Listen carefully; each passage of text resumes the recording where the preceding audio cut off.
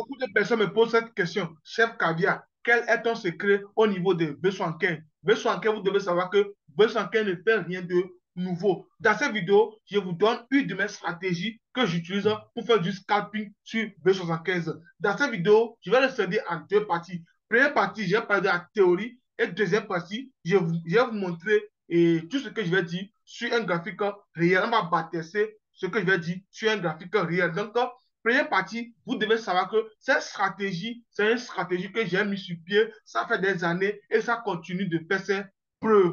Donc, qu'est-ce qui constitue la stratégie? La stratégie est constituée seulement de trois choses. La première des choses, on a besoin de l'outil Fibonacci. Et la deuxième des choses, on a besoin de déterminer la tendance du marché. Et la troisième des choses, on a besoin de déterminer une zone clé sur le marché. Ce sont les trois choses qui constituent ma stratégie. Ou bien pas ma stratégie complète, mais la stratégie que je vais vous présenter ici, là, ce sont les trois choses qu'on va utiliser. Et les time frames qu'on va utiliser pour optimiser notre stratégie, c'est le H4 et le M15. Pourquoi ces deux time frames? Parce que ces deux time frames rencontrent beaucoup de choses, mais beaucoup de traders ignorent. Parce que si je prends l'indicateur M15, c'est tellement puissant, mais beaucoup de traders ignorent. Donc, comment fonctionne la stratégie? La stratégie, qu'est-ce que vous allez faire? La première des choses, on va aller en H4. En H4, on va chercher à savoir quelle est la tendance du marché. Parce que vous ne pouvez pas venir sur le marché sans savoir où va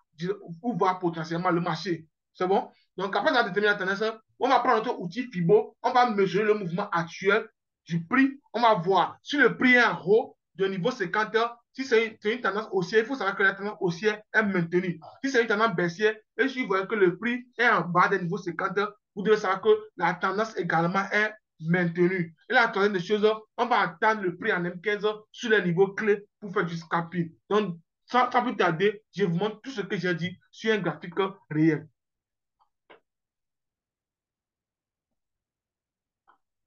Donc, arrivé sur le graphique, je vous montre tout ce que j'ai dit en théorie.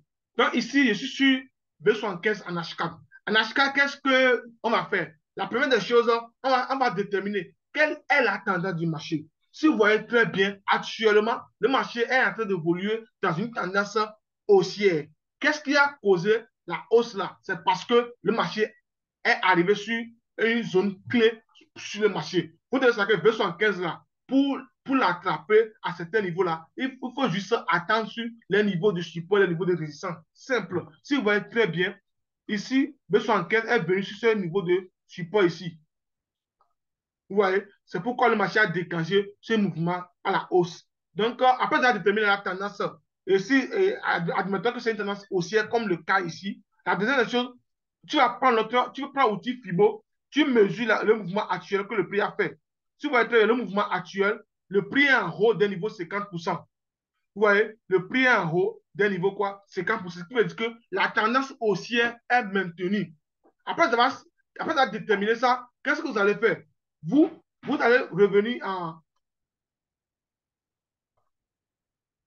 Vous allez, après avoir déterminé que la tendance en question est maintenue, vous allez revenir en M15. En M15, ce que vous allez chercher à faire? En M15, vous allez simplement chercher des niveaux clés pour attendre le marché. Parce que dans le time frame, le marché vous a dit qu'il est haussier. Comme dans notre cas ici, on peut tracer ce niveau ici comme une zone clé. Pourquoi cette zone est surnommée zone clé? À cause du nombre de réactions sur quoi? Sur la zone. Vous voyez? À cause de quoi? Le nombre du rejet. Vous avez vu? Réaction, réaction, réaction. Donc, potentiellement, lorsque le prix va revenir encore comme ça, sur cette zone-là, on peut potentiellement attaquer le marché à la hausse. Parce que les grands time frames nous disent que le marché est haussier. On doit savoir que ce sont les grands time frames qui conditionnent quoi? Les petits time frames. Cette stratégie, il est simple si vous appliquez ça à la lettre. Je vais encore répéter ça une fois de bon. La première des choses que vous allez faire pour optimiser cette stratégie, vous allez revenir en H4. En H4, qu'est-ce que vous allez chercher à faire?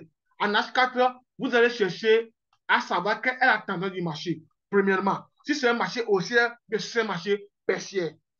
Après avoir déterminé la tendance, vous allez poser votre outil Fibonacci. C'est bon? Outil Fibonacci. Vous allez poser ça sur le mouvement actuel que le prix a fait.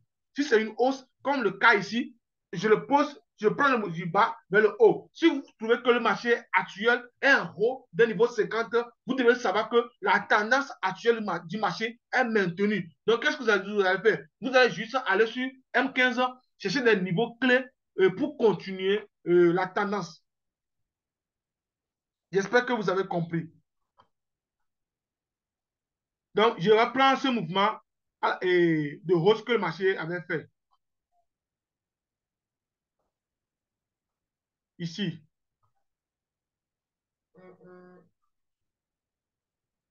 Ici. Ici, le marché était baissier, comme vous pouvez le remarquer. Ici, quand le prix a déjà effectué, je ne sais pas si on peut potentiellement bien appliquer. Parce que le prix a déjà effectué un mouvement. Donc, c'est un peu ça ici. C'est bon? Ici, la tendance actuelle, marché dans une tendance haussière. Lorsque je dépose mon outil FIBO sur le bas, vers le haut, je vois que le marché dépasse, le marché est en haut de niveau 50. C'est que la tendance haussière en question ici est maintenue. Donc, je reviens en quoi? Je reviens en M15. En M15, qu'est-ce que vous allez chercher? En M15, vous allez chercher des niveaux et pour continuer la tendance. Comme le cas ici, et actuellement, le niveau qui est la plus pertinent actuellement sur 215, c'est ce niveau que j'ai tracé. Pourquoi? À cause du nombre de réactions. Donc, potentiellement, dans la journée, on peut s'attendre à un truc comme ça. Vous voyez? Et lorsque le marché va venir sur ce niveau-là, vous allez placer votre trader et vous allez placer le stop loss à 500 pips du prix. Il ne faut jamais, pour cette stratégie, il ne faut jamais dépasser le SL de 500 pips. Parce que le SL de 500 pips, c'est ça qui fait notre force pour cette stratégie. J'espère que cette vidéo vous a aidé et j'espère que grâce à cette vidéo, vous allez optimiser votre trading au niveau de la volatilité 115.